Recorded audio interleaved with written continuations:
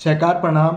सहकार साथियों, जैसा कि हम कोऑपरेटिव सोसाइटी में अकाउंटिंग सिस्टम पर चर्चा कर रहे हैं, आज के इस वीडियो में हम बेसिक अकाउंटिंग प्रिंसिपल और कॉमन अकाउंटिंग सिस्टम के बारे में चर्चा करेंगे। आप सभी वीडियो को लाइक करें, शेयर करें, कमेंट करें तथा चैनल को सब्सक्राइब ज़रूर करें। आइए सबसे पहले हम जानते हैं कि लेखांकन यानी कि अकाउंटिंग सिस्टम का उद्देश्य क्या है।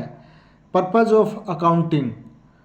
अकाउंटिंग का उद्देश्य किसी बिजनेस व्यवसाय के परफॉर्मेंस यानी प्रदर्शन, वित्तीय स्थिति, फाइनेंशियल पोजीशन और नकदी प्रवाह यानी कि कैश फ्लो के बारे में वित्तीय जानकारी यानी कि फाइनेंशियल इंफॉर्मेशन एकत्र करना और रिपोर्ट करना है।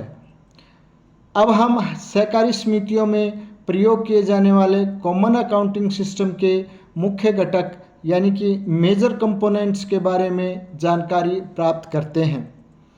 कॉमन अकाउंटिंग सिस्टम के मुख्य घटक यानी कि मेजर कंपोनेंट इस प्रकार हैं। नंबर 1, प्राथमिक सहकारी समितियों द्वारा लेखांकन यानी कि अकाउंटिंग में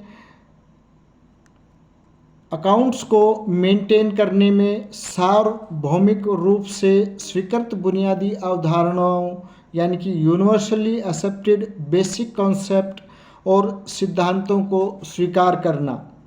नंबर 2, मानक वित्तीय मानकों यानी कि स्टैंडर्ड फाइनेंशियल स्टेटमेंट्स को अपनाना, जैसे कि balance sheet, profit loss account यानी लाभ हानि लेखा और ट्रेडिंग अकाउंट यानी कि व्यापार खाता इत्यादि।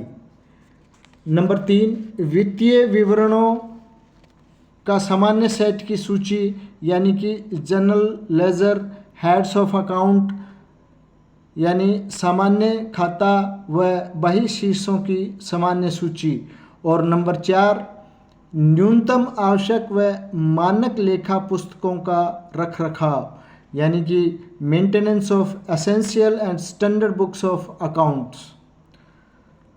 अकाउंटिंग प्रिंसिपल यानी कि लेखांकन के सिद्धांत की बात करें तो कॉमन अकाउंटिंग सिस्टम सामान्य लेखा प्रणाली में मुख्यतः जो स्वीकृत लेखांकन मान्यता यानी कि फंडामेंटल अकाउंटिंग अजम्पशंस हैं वह निम्न प्रकार से हैं।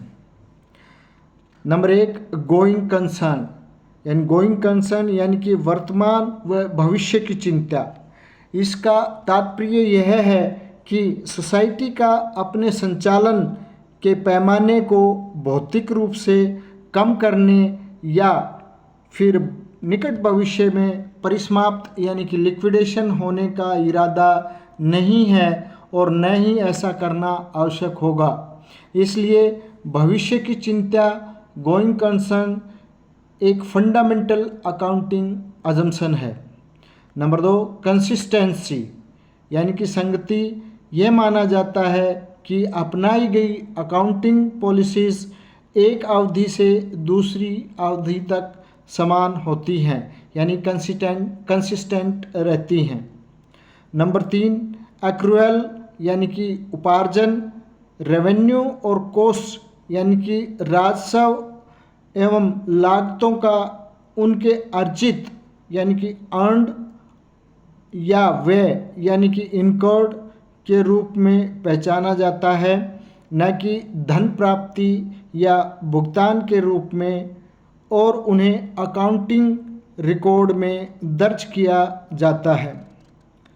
यदि फाइनेंशियल स्टेटमेंट्स में कोई भी अकाउंटिंग अजम्पशन सही नहीं है तो उन्हें स्पष्ट रूप से प्रकट करना चाहिए यानी कि डिस्क्लोज करना चाहिए। आगे हम कॉमन अकाउंटिंग सिस्टम के डबल एंट्री सिस्टम की चर्चा करेंगे।